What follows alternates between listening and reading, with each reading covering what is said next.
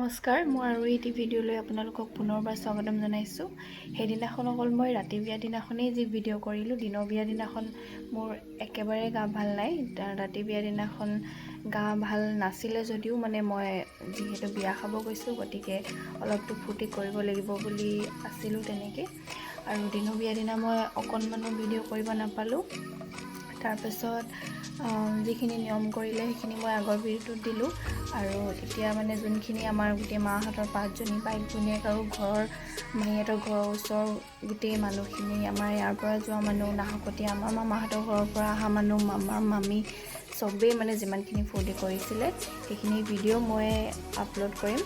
তো এইটো একো ব্লগ হিচাপে নহয়, যাতে এইটো স্মৃতি থাকি যায় যে আমাৰ মাহী ছোৱালীজনীৰ বিয়াত কোনে কেনেকৈ ফূৰ্তি কৰিছিলে। তো সেইবুলিয়ে মই ভিডিঅ'টো আপলোড কৰিম।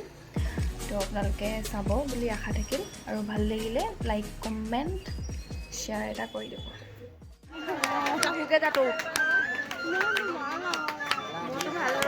ভাল লাগিব, এনেকৈ ভাল লাগিব, বগলা পগলা লাগিব। যা শুই থাকে, যা।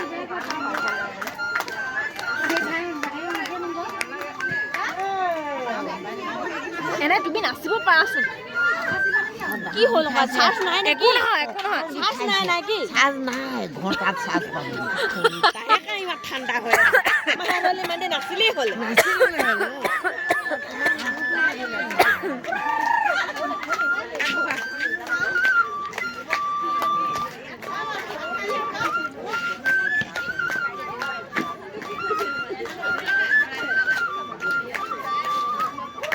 ল'ৰাখনৰ পৰা একোৱে দেখি নাপায়। এখন লাল টেমাকেইটাৰ নিচিনা নয়ন টিকুৱাই পেলাই খেলিব যোৱা।